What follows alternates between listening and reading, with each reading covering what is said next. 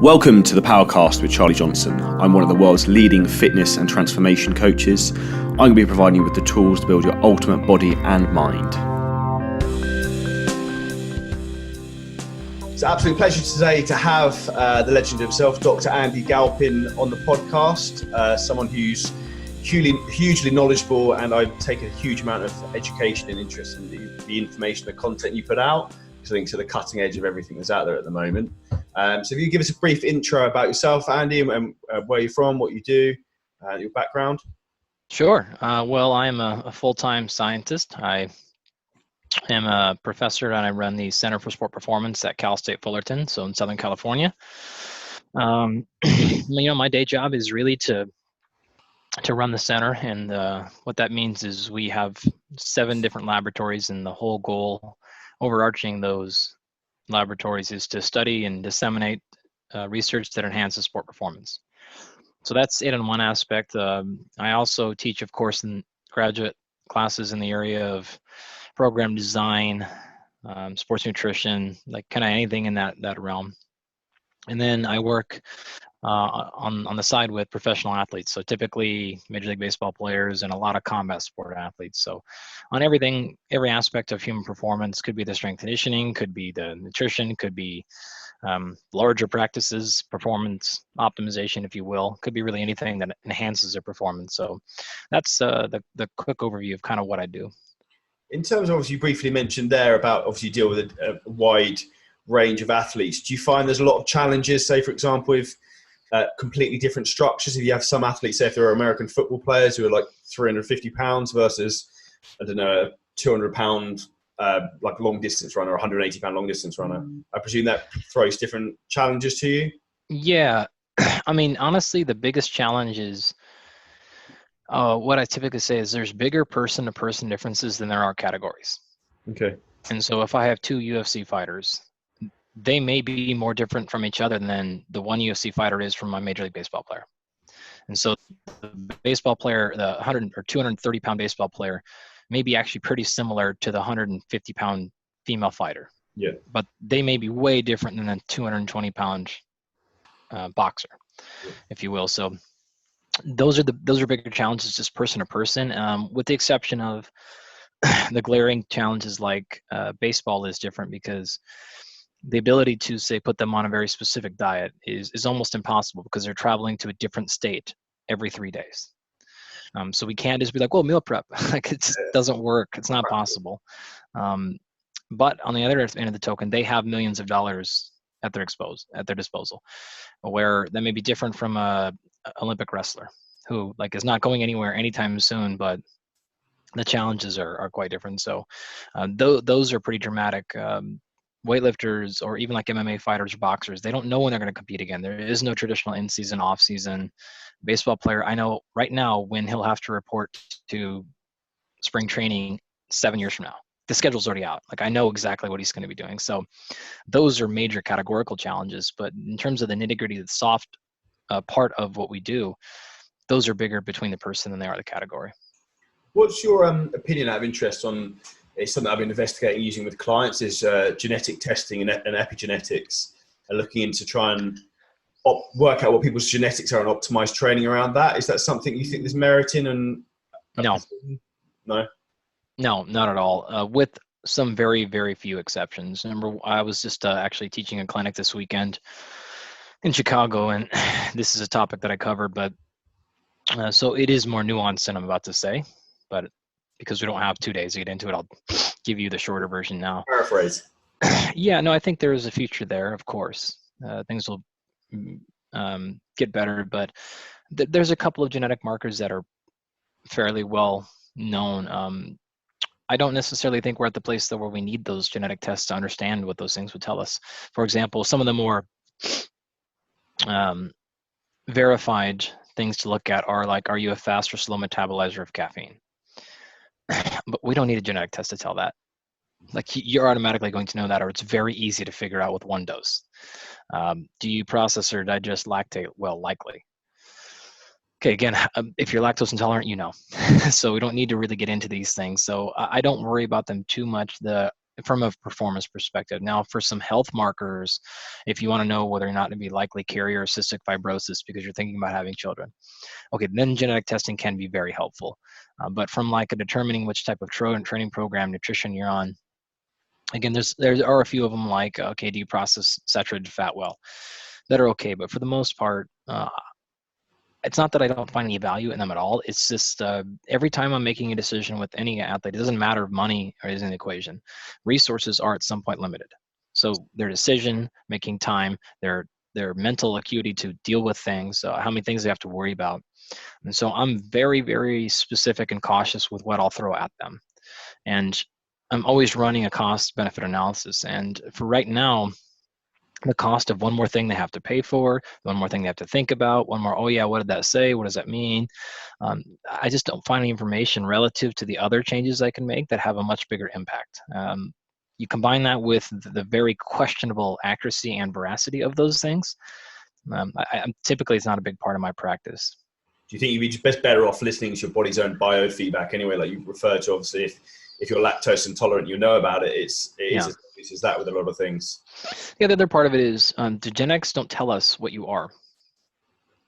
So it tells you, say, example, you have this particular polymorphism, but how biology works is a gene has to be expressed into an actual protein. So just because you have the gene for something doesn't mean you're actually expressing it. It doesn't actually mean it's there. Could be up, could be down. And so there's not a direct like, oh, you have this gene, therefore you have this. With the exception of if you are missing a gene, then we know you're going to be missing a protein. Okay, great. But other than that, again, it doesn't tell us the actual state. And so it would kind of, the equation would be like if you want to understand kind of traffic in a city, it's like, yeah, you can look at where all the streets are, but you don't actually know where the cars are or aren't. So how much help is it really giving you? Like, well, I mean, you're going to be able to tell, okay, that's a big city versus a little city, but it's not really telling you the current state of anything. It's too much of a general statistic. Well, yeah, I mean, it's not telling you what's actually happening. It's telling you what's possible. Yeah. But you don't know what you're actually doing. So I don't find much futility in it. No, just something that's been spouted around recently is something that's, I think, probably more. People love new, man. People love like, what's the new thing? What can we do? Like, can we get an advantage? And I don't mean that as like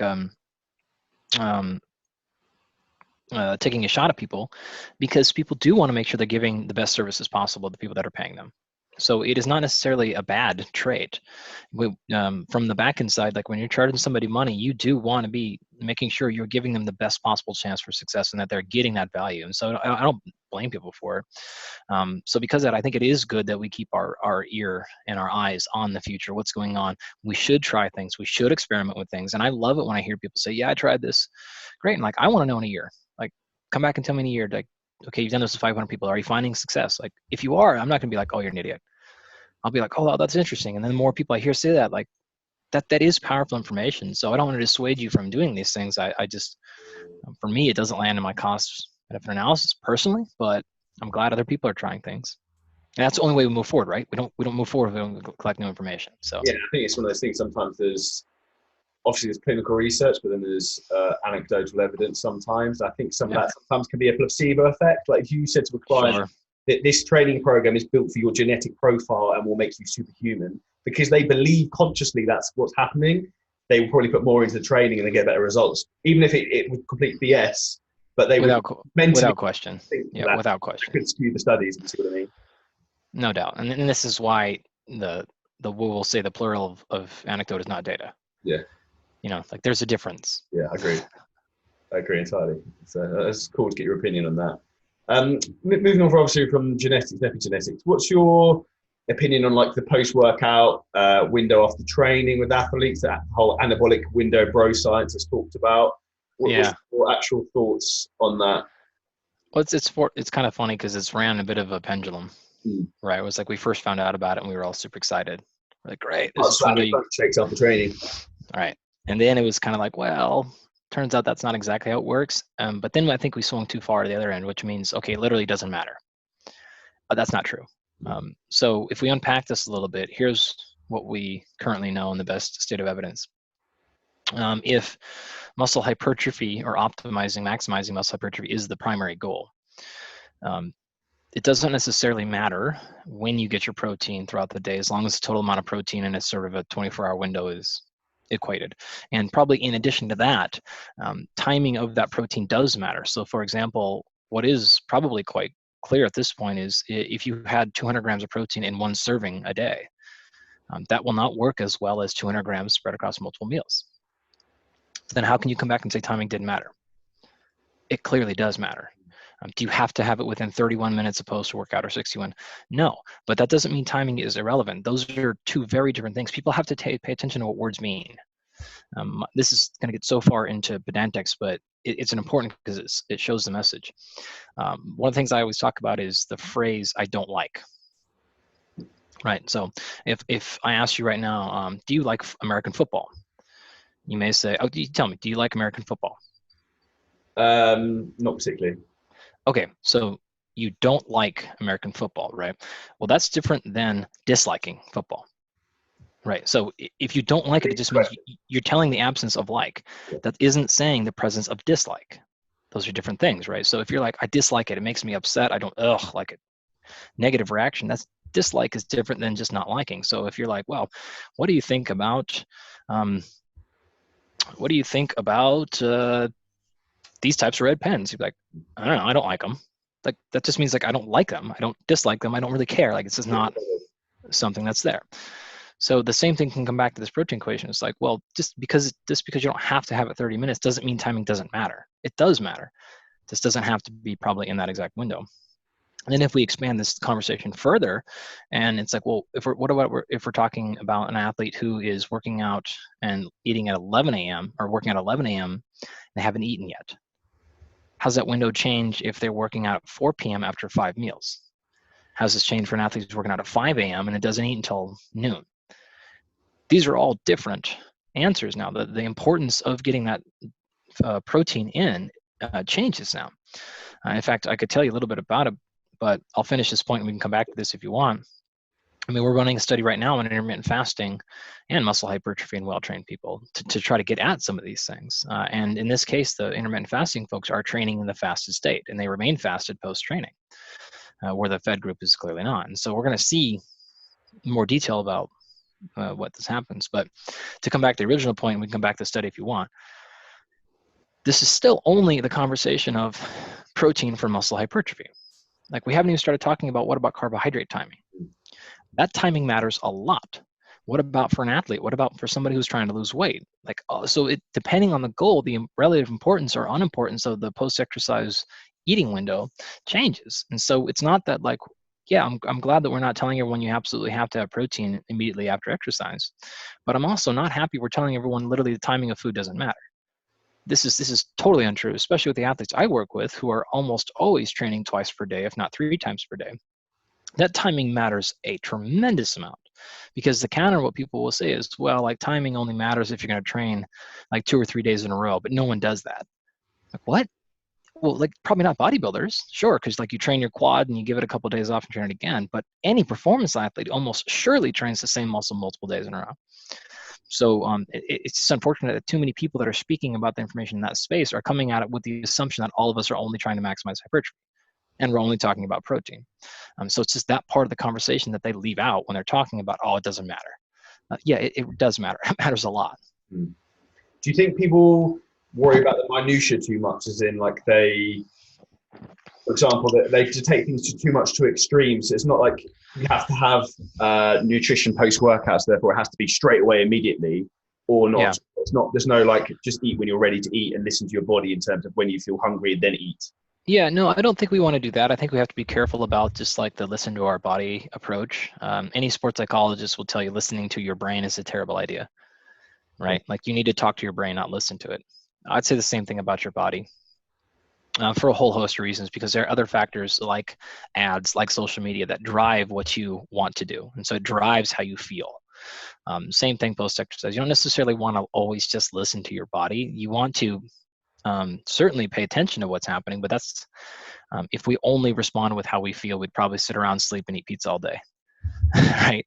So it's not the best strategy ever. I don't think that we are getting too nuanced with it. I actually think that it's a bit of the opposite, where yes, extremism is there, and extremism is actually important. So the only time we get extreme results is when we get extreme beliefs. So people that tend to be on the fringe.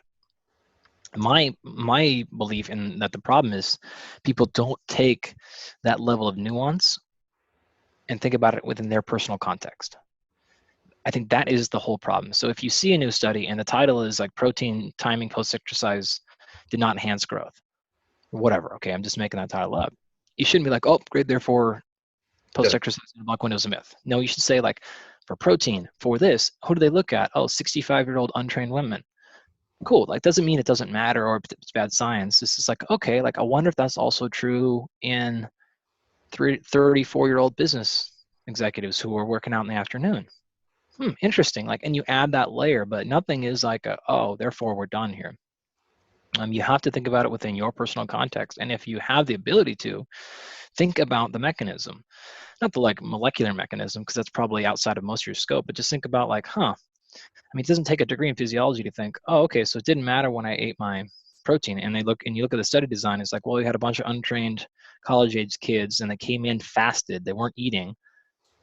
Oh, okay, like, well, if that's probably then different if they came in after eating 60 grams of protein. Interesting. Like, and that's the part that we're missing is because we want new headlines, we want new people want to gain attention on the internet, right? On Instagram and on Twitter. Yeah. Like they want to be able to be like either like basically everyone wants to be able to have a headline that's going to be like, well, what? Everyone wants to be like, what's the new thing? What's wrong? What's a myth? Right. And it's just like science doesn't work like that. It's very, very rare for us to have one thing come out and be like, whoa, this is different. But that's what people want because they know it's going to grab more likes and more followers. And make more money for people, which drives the world. Yeah, for sure. Whether it's right or wrong. Right. Obviously, I touched on it there. Anyway, what's your thoughts in terms of the vegan diet from an athletic and a health point of view?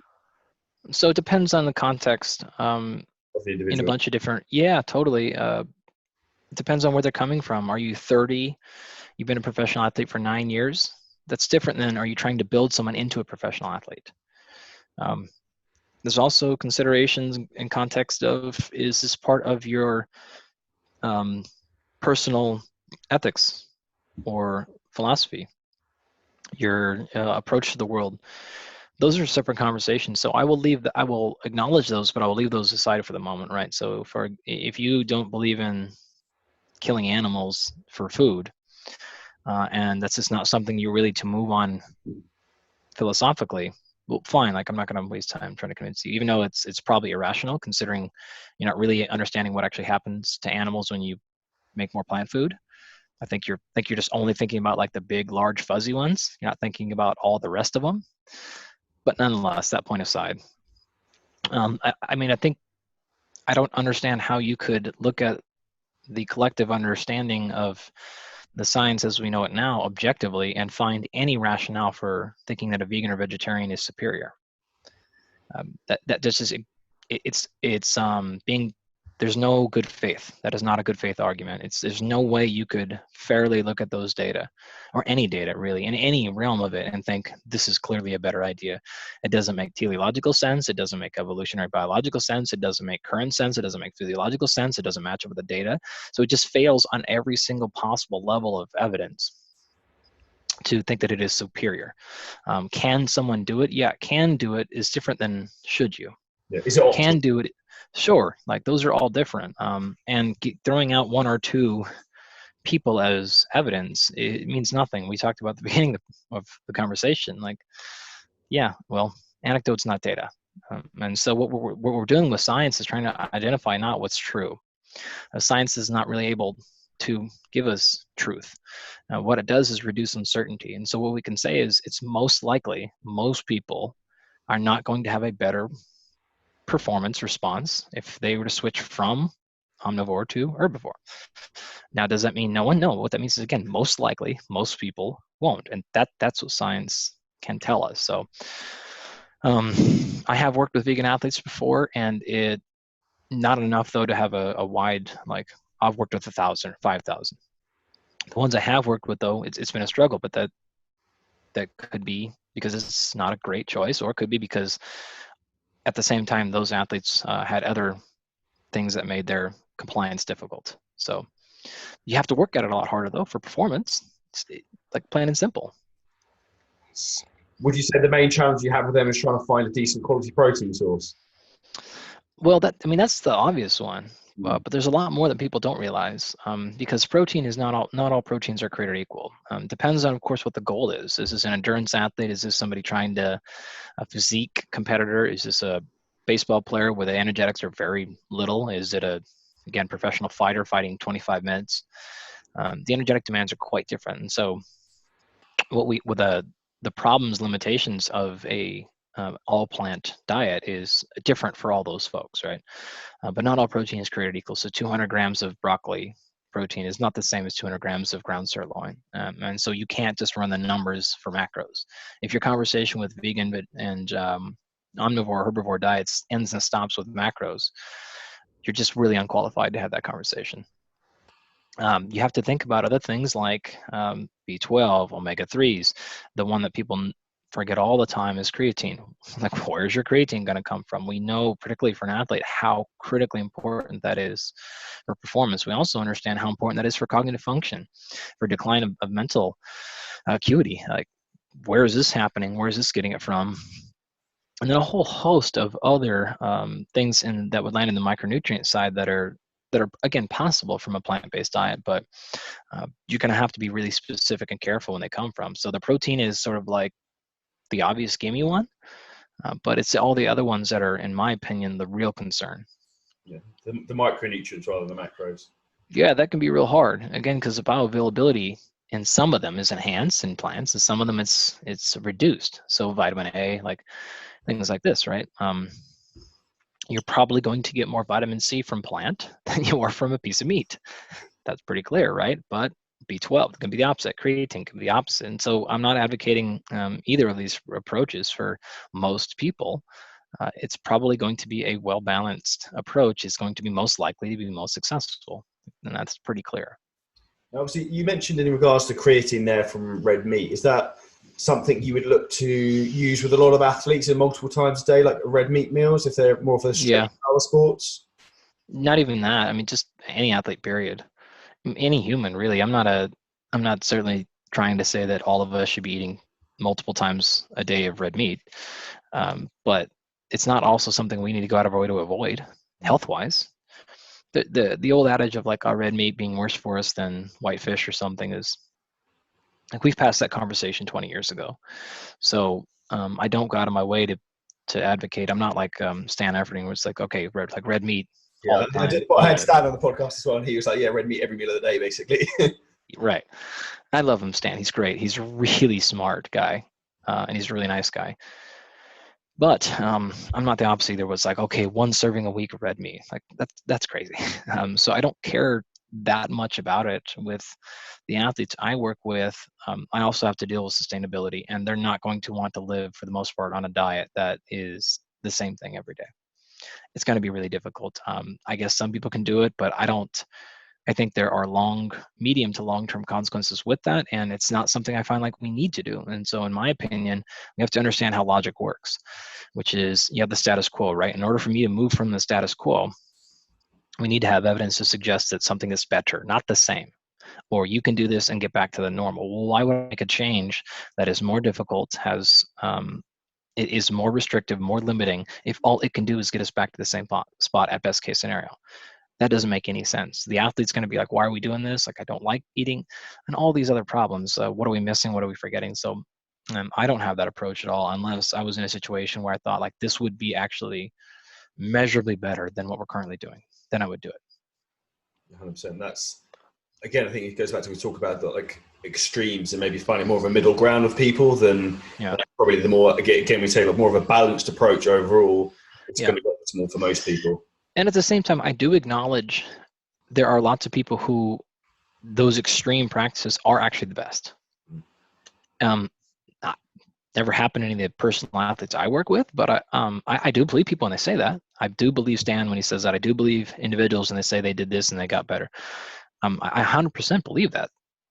Just that's not the norm. Like, there's a difference between that and the norm. And typically what we're after is the bell curve, right? What's going to be most likely to work in the middle 70%. because then that's easier to make recommendations as opposed to giving out recommendations that are really only best for 3% of people, and then 97% of us are screwed. Yeah. That's probably not a good approach. There's always going to be an outlier with everything and will work within reason. 100%. From that point, what's your opinion on the difference from eating from fat loss or versus performance? Is there anything you would look at specifically in terms of your clients or like athletes? Well, that's actually interesting. I just covered this exact slide 2 nights ago in my nutrition class. Good timing. Yeah. So a couple of things. What's interesting about it is some of the athletes I work with are purely in that like maximize physical performance things. But actually most of the athletes I work with, fat loss is a huge component because of making weight.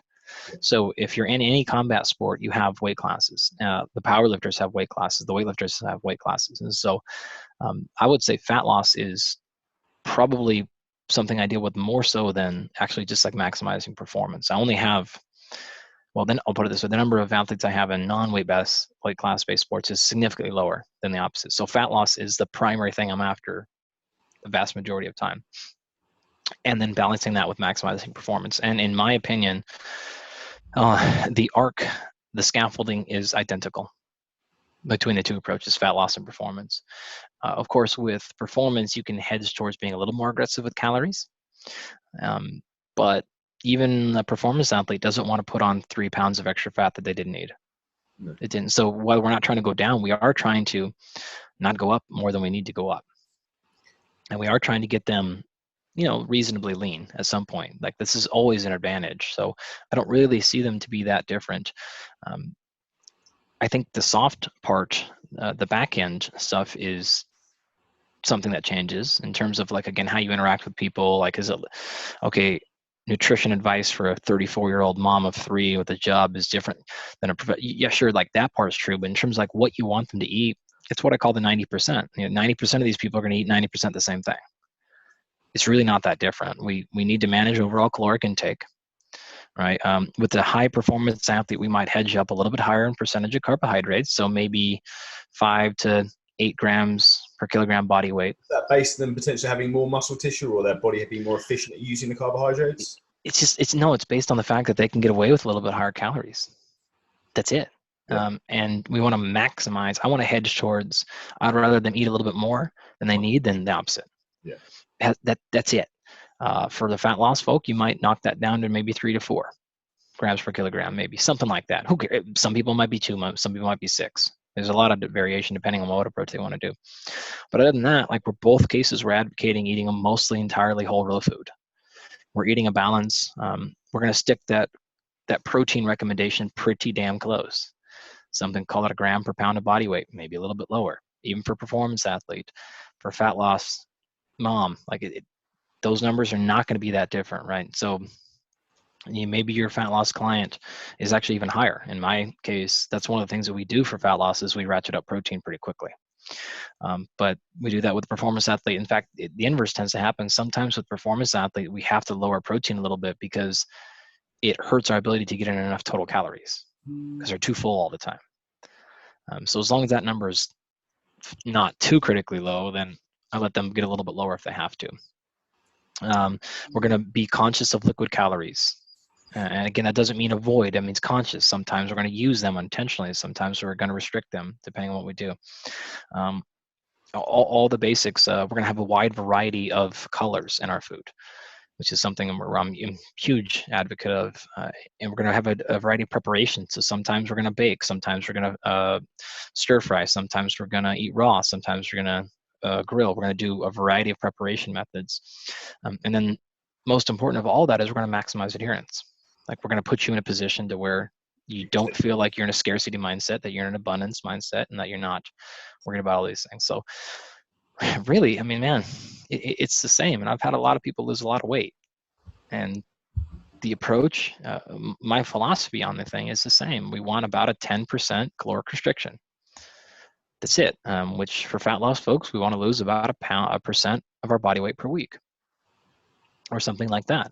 The only time that gets an exception is with like a fighter and we've got 5 weeks and we're 25 pounds overweight.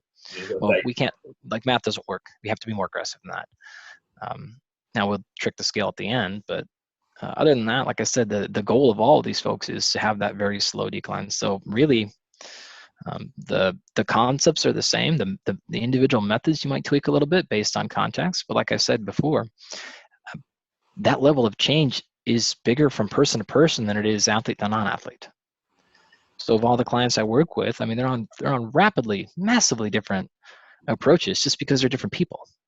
And they have different scenarios and different lifestyles. They wake up at noon or they wake up at 5 a.m. They teach, they have kids or they don't. Like athletes have these same sort of things. They're rich or they're not super rich. Like, so the approach is just about the person rather than it is the category.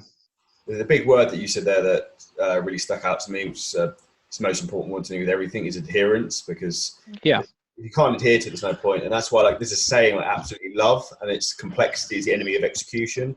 Sure. So like, if you make it like, clients come to me sometimes and they're like, I want a different diet plan every day. It's like, if I give you 7 different diets every day of the week, there's no way you can stick to this for the first week. This is way too complex. Yeah, I would actually disagree fully. Okay. 100%, because in many of the athletes I have worked with, simplicity is the problem. Yeah. Because they don't get enough buy-in when it's too simple. Really? And so what I try to do is figure out, because they're just like, there's no clarity. Well, is it? It's too basic for them. So like, this doesn't make. There's not enough clarity. Yeah. They want to know exactly what to eat, and they want to know, they're smart enough to say like, well, my exercise was way different today. Why am I eating the same as I did yesterday? That doesn't make any sense. I burned way more calories today. And they really start to question that. But I initially started to agree because some people are like that as well. So what I do is I kind of have 2 diametrically opposed approaches, and I call it being a cook versus a baker. So the difference between cooking and baking in the kitchen, baking is chemistry. Baking is very specific recipes. You can't just like toss things in, right? Like that doesn't work. But cooking is exactly that. Like how many bell peppers? I don't know, to taste, right? How many mushrooms? I don't know, to taste, right? You can't cook a bread like that. You can't just like throw baking powder in to taste. You get nothing, right? And so what I do is I try to figure out how they're going to operate. And if they are a cook, for example, then I'm 100% with you. Like, let's get real simple. Let's get basic. The goal is to do, and you list 2 or 3 really simple things. And let's worry about like long-term, what happens over a month. Let's be consistent. Let's make this a lifestyle practice that, great.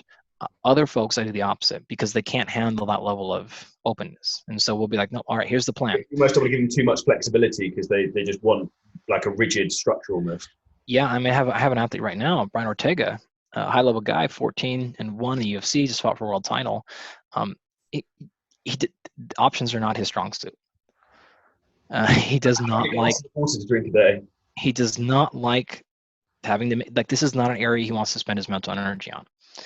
His thought is like, why did I hire you if I have to think about what I'm eating? Like the whole point of hiring you is to just, I open up the thing, Monday, it's eat this, then it says eat this one, then eat this one, then eat this one, then eat this one, like that. And he doesn't care at all what's in them. There's no question. When he has too many other things to think about this is below his pay grade. And so he's the opposite. So the diet is very complex.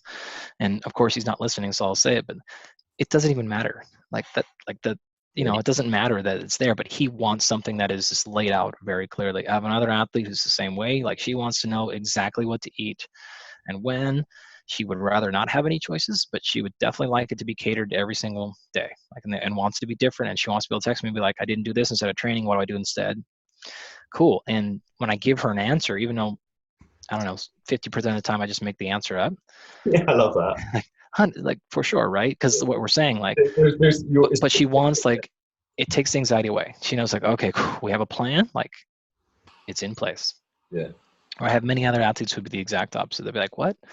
Like, let's just check in, like, give me macros or just give me concepts, and they want to go there. So again, I really try to, I won't say this for the 19th time, or I'll say it for the 19th, but I won't say the 20th, I promise, because your listeners are probably getting tired of hearing it. But for me, it really is about the individual approach. Yeah. I don't like systems like that. People ask me constantly, like, oh, can I buy your weight loss system or your weight cut? Or I literally don't have one. I would never create one. It's the psychology of the client, really, isn't it? And their personality. Yeah. And then things change. Like, I don't want to do this anymore. I'm tired of this one. Can we do something different? Like, great. And sometimes they just like a different approach. But I'm also, keep in mind, I'm intentionally building a system where that's not scalable. Yeah. So it's not my life. Like, I don't mean it that way, but like, I have a full-time job elsewhere. So when I work with athletes, it's something I want to do because I want a really high touch, low volume environment. So this is probably not a good approach if you're trying to make your living having scalable practices. I work with very few athletes at a time intentionally, so I can have this level of interaction. How many athletes do you work with at a time out of interest? It can kind of range, depends on the season, but as low as 3 to 4. I try not to get higher than 15. Okay.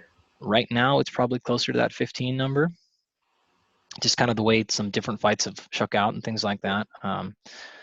But I try to pare it down as much as I can, and I also try to fire them as often as I can, or evolve them. What I'll say, like, for example, my goal is to not keep them dependent on me. My goal is to get them in a position where they're self-sustainable, and it's just like, great, next camp, maybe you just need to like fire out a couple of questions, and maybe once a month we got to chat or something like that. But or things pop up. What do we want? What do you think we should do differently here? But I don't want them to be like that.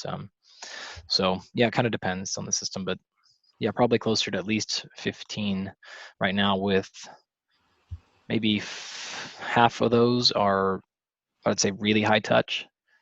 Like, they're in my facility every day, or like, yeah, things like that, like really high touch. The other ones are probably more like conceptual. Once a week we could touch base, like, hey, what do you want to do here?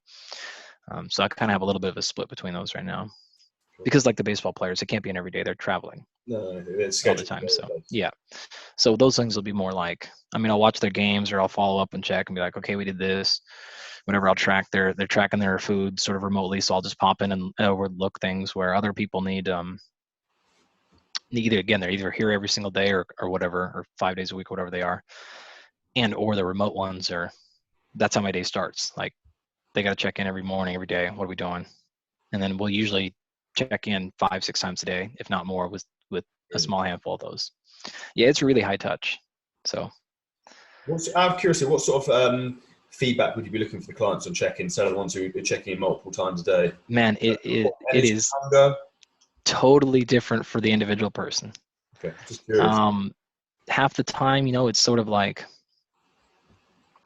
so I'll put it this way: for some of them that are, we'll say, really well educated in the space, and or maybe more mature, or not mature is not the right word. They're just like different personalities. It might be like, okay, we tried this this amount of food prior to the workout. How'd it feel? Like, were you too full, not enough? How was energy? Okay, so for this workout, let's go ahead and do that, or let's add this in now because you didn't have enough gas, or you're feeling kind of low from this one. You got to go spar. Even though we did this last week, the energy's lower today. Add this back, or no, don't do this, right? And so maybe just like really straight stuff. The other ones, it's 90%. How to practice go? Like, oh my God, I'm crying. Like, it was a horrible day. And now like 90% of the conversation is about something not related to nutrition or performance at all. More of a psychologist. Totally. Like, you're very much like, and the way I approach them is like, they're going to get in. I'm probably going to insult them. Most likely going to talk trash to them. Like, most likely, yeah, I'm going to be like, oh, you had a bad practice today? Like, good, because you're probably going to lose the fight anyway. So it doesn't really matter, just like, but they know like that's what's coming. So it's my way of being like, it's not that big a deal. Or they want communication with someone. So it's kind of, I have a kind of a combination of all those athletes right now, where like, I just know also, I may sit around and think like, you know what, she or he would probably really appreciate if I just reached out right now and said this thing here. So those are in my mind as well. Even like, I don't need the feedback, but I want them to know I am thinking about them, that they're that somebody's there really caring about them the whole way, because they don't have a head coach that's really there, or they don't have a spouse or something like that to give them that. So I want to make sure that they think somebody out there cares about them constantly. And I think sometimes people don't understand maybe the pressure that like athletes in particular, if they're not in team sports, are under. And like, the way I like to explain it, as being an entrepreneur, is like, you're like an island because you're on your own. There's no one else. Yeah. Like, yeah. Particularly if you're an athlete and you're not in the team, and it's like you're a fighter. There is, and I can understand why they pull on someone like you for support, because they haven't got anyone else to lean on, essentially, if they haven't got a wife or family around them. Yeah, and it really is, like, especially the Olympic athletes. It's like, all right, the last 3 years is going to come down to next week. And then you're 30, so your career's over if you don't make this happen. Pressure. And it's just like, it's 5 weeks away. Okay, now it's 4 weeks and 6 days away. Okay, now it's 4 weeks, 5 days and a half a day away. Like, it's just it's a lot. And typically Olympians, they don't have any money. They don't have all these things. So they're sitting around doing the whole, like, okay, what happens now? Basically, my career's over in December or whatever, and I'm 35. I have no money. I have no idea what to do. Like this is also going on, etc. Or even the baseball players, the same thing. It's like, okay, you're making 18 million right now. If you have a reasonable year, you might make 40 million next year. Like, this is a $20 million day you're about to go through. Like, like, this is really, that pressure is incredibly high. And it's pressure like nothing I ever have to deal with personally. And so, some of them handle it different than others, but yeah, it's really real. With fighting especially, like, there's no guarantee you get to play again. No, Like, you're in the UFC, like, you don't just get to be like, well, there's a game scheduled next Friday, like, I get to play unless coach pulls me. Like, no, you could go out and win, and the UFC might shelf you for 4 months, and you just don't know, or like they not. And when your income is based on fighting, it's like, are you going to get paid twice this year or 3 times? Well, like, that goes from, like, can't pay my coaches to, okay, I can afford to buy a house. So, like, this is really, it's a lot of pressure. And then to get that one call, it's like, you have a torn labrum in your shoulder. You have to, like, you don't get an opportunity again. Like, you have to go fight. And so now you're like, yeah, I'm trying to train, but, and so you get just, like, there's so many things that go on in their real life where you're like, man, this is a tough gig. No, 100%. Hence why you probably become a lot of a psychologist and probably an expert in that as well now. How I wouldn't say that. Actually, I have several really close colleagues that are proper sports psychologists, and so I do push many clients to them. No, makes sense. Or actually, I'll do this too. Like, sorry to, yeah, but I think this is an important message as well. Is I understand that is not my expertise, and so not only do I push my clients to them, but I will have conversations with the sports psychologists about me and my approach with them a ton. So I will say things like, look, I know you can't violate your personal confidentiality with Charlie, but I'm coaching, we're working together, right? And so based on what you guys are working on, what should I avoid? Are there any things I shouldn't be doing? Or are there any things I can be doing better from a coaching perspective? And I have found that unbelievably helpful. So if you can do that without them, they don't have to violate their confidentiality stuff, but they can say things like, in the right direction. These phrases or this style of thing is not something we want to emphasize right now. And so, that's been helpful. 100%. In regards to coming back to sort of athletes and people in general, what's another big fad? Obviously, we briefly talked about the vegan approach on terms of keto and low carb diets in terms of athletic performance and fat loss. Obviously, fat loss is going to be some form of calorie restriction. Obviously, you have to take from somewhere. But what's your opinion on, like, the whole keto fad as well? It's a big rave about in terms of fat loss. Yeah. So if you look at it from, we'll tackle performance first. At this point, you just would have to admit it's inferior. Logically makes no sense to me. It logically makes no sense. It biochemically doesn't make any sense. It physiologically doesn't make any sense. And again, the performance data all supports the same thing. It just doesn't make any sense. And in fact, it's worse than that. Depending on the exact sport you're in, if it's virtually anything glycolytic endurance based, it's going to be inferior. And that's just almost as plainly as you can say it. Now, some things that are not endurance based at all may be equal, but it's not better. We don't have any indication of all the research that it actually enhanced sport performance of any kind, with potentially one exception, which would be like extreme ultra marathon, really high level, 200-mile things like that. But even then, it's questionable and likely just the same, right, with potential things. But anything below that spectrum, it's at best going to take you back to the same thing.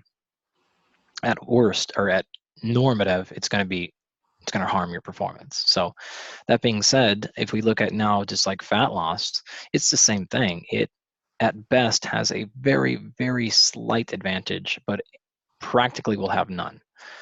So I don't see any need to go out of your way to do it. Having said that, one of the things we do have to acknowledge is it is very effective. It appears to be very sustainable. People appear to have almost no problem with the adherence of it.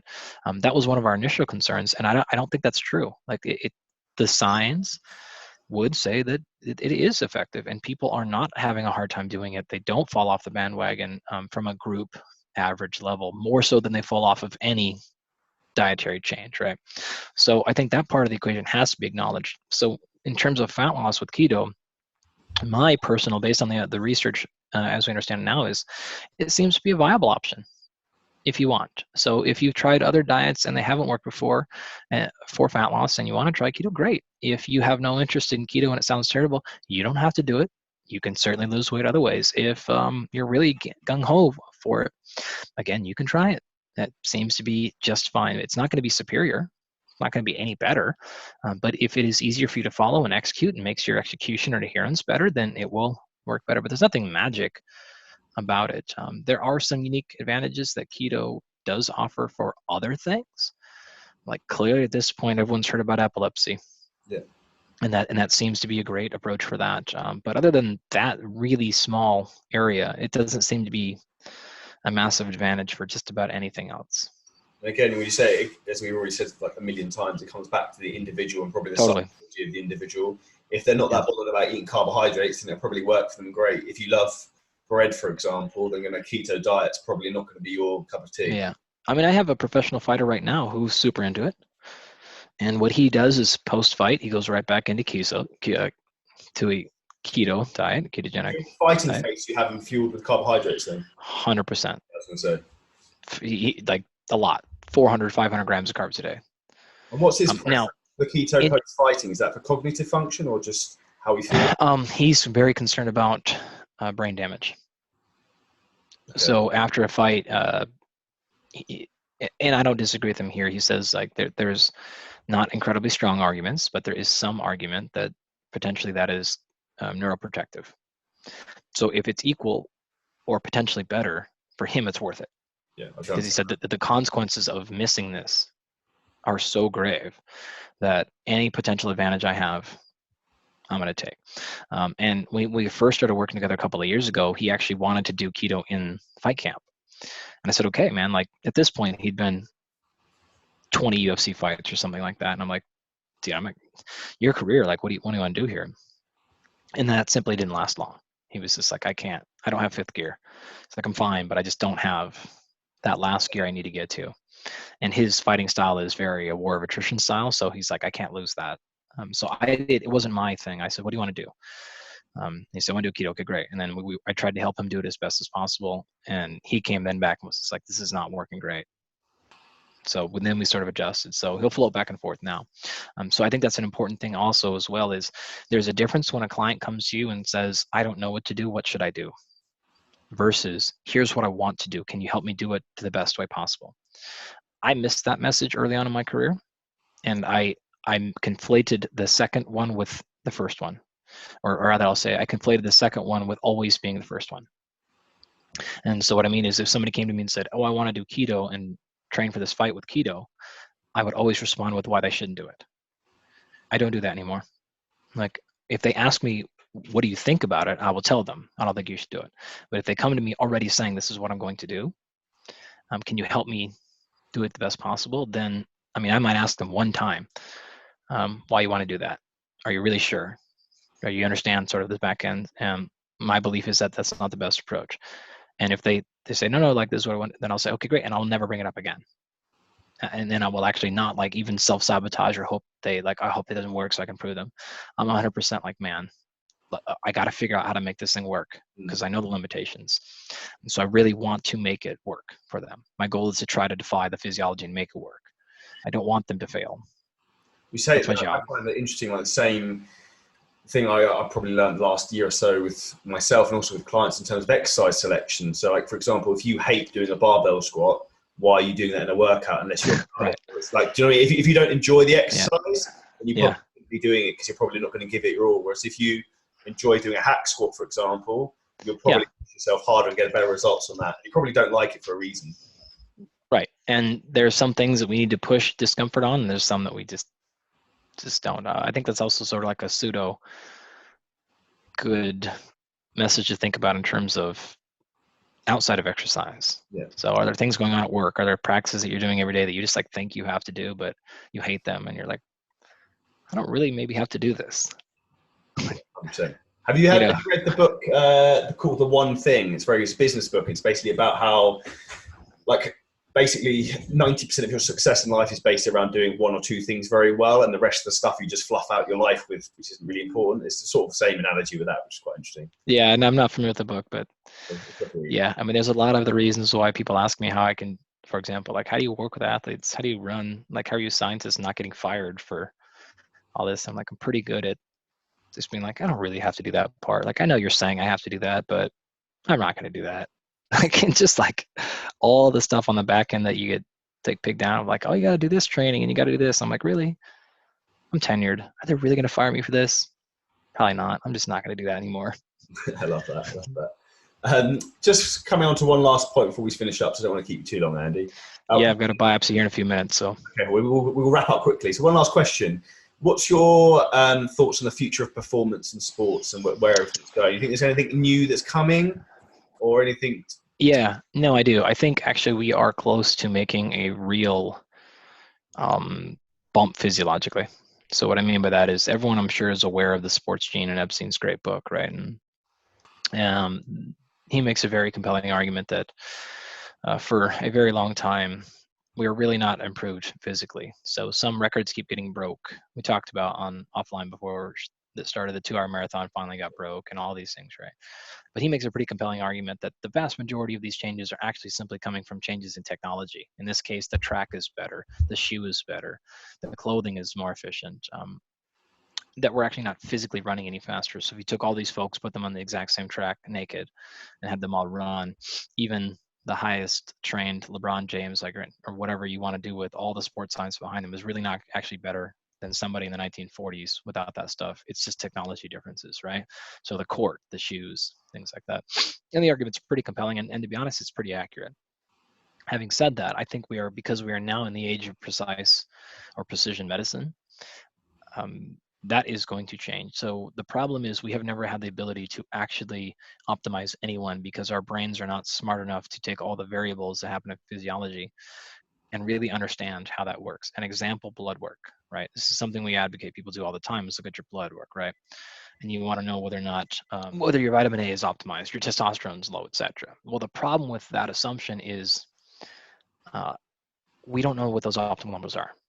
And we don't know, like, if testosterone goes down, why that's actually happening. We tend to think of it's like binary. We want this one to be here and here. We want this one to go up, this one down. But when you change one, the entire system changes. So we don't understand how the whole thing works, because when you move one, unlike science, when you move one piece and keep everything else the same, see what happens. In physiology, when one piece moves, everything else moves. And that everything in this case is hundreds of millions. And so, like, we just don't have the brain computing power to figure out then what really happened, other than, well, this thing went up. I think that's good, but the system changed. The entire scaffolding changed behind it. The environment changed. With supercomputing, we're going to have that power now. And so instead of just getting things done, like I love what the guys at Nourish Balance Thrive are doing with the blood chemistry calculator, right? It's just like, okay, get 30 things measured, and we can predict 10,000 with 90% accuracy or whatever. This is real, this is here. And this is when we can actually then come and say, like, okay, actually, turns out you, Charlie, want your vitamin A to be here. We want vitamin D to be here. We want that. And we can get things really close to optimize. It's not here yet. It's not here in 5 years. But people are onto the idea. The other piece of that is people are also generally working away from siloed research, which is like, I do my research, I collect my data, I keep my data. Depending on what's going on, you may actually be forced to do the opposite, which is you have to put all of your individual data points into these big registries that are open access. And people can data mine, and software can run through these things. And because of that, we're finally going to get real answers, because it can account for so many more variables at once that we cannot, right? With science, we can only account for one at a time, but computers can do hundreds and thousands at a time.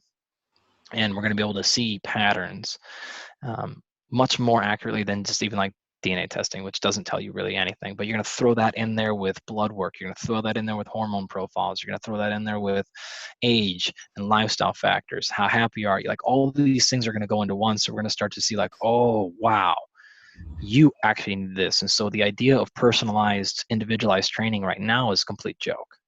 It's utter nonsense, right? It's very, very, very primitive is what I'll say.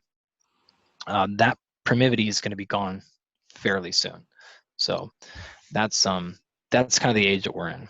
Cool. Well, we'll wrap that up there, Andy, because I know you're a busy man and got to shoot off.